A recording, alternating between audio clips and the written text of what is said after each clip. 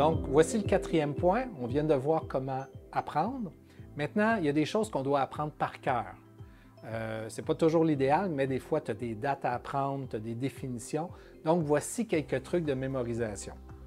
Premier petit truc, invente-toi une histoire, invente-toi une chanson, invente-toi des rimes avec tes notes de cours. Ça peut paraître loufoque, mais rappelle-toi comment tu as appris l'alphabet, c'est en faisant une comptine, puis tu t'en rappelles encore, même si ça fait plus de 10 ans. Donc, le cerveau apprend beaucoup mieux lorsque c'est un élément ludique, comme par exemple chanter. Donc, avertis tes parents, mais tu peux chanter tes notes dans tes notes de classe dans ta chambre. Tu peux aussi t'inventer des acronymes, parce qu'on est toujours dans l'aide-mémoire, donc des trucs pour aider la mémoire à comprendre. Un acronyme, c'est de prendre les premières lettres pour se créer une phrase, par exemple. Et tout le monde connaît, ou la plupart des gens connaissent « Mon vieux, tu m'as jeté sur un nuage ». Et chaque lettre amène à une planète du système solaire. Donc, tu peux t'inventer des acronymes. Fais des associations avec ce que tu connais. Des fois, tu as une date à apprendre, tu as juste à demander à ton cerveau de faire une association, par exemple, avec la date, c'est la même date que l'anniversaire de mes parents. À ce moment-là, ton cerveau va faire le lien et il va s'en rappeler.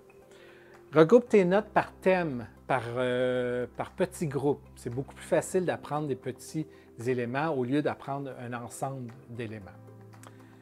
Fais des dessins, des tableaux, des cartes heuristiques, des diagrammes.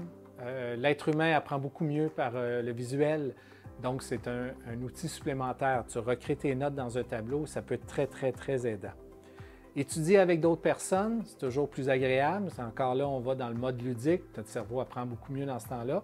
Et étudier en se posant des questions, ça peut aider. Tu peux demander à tes amis, à tes parents pour t'aider à ce niveau-là.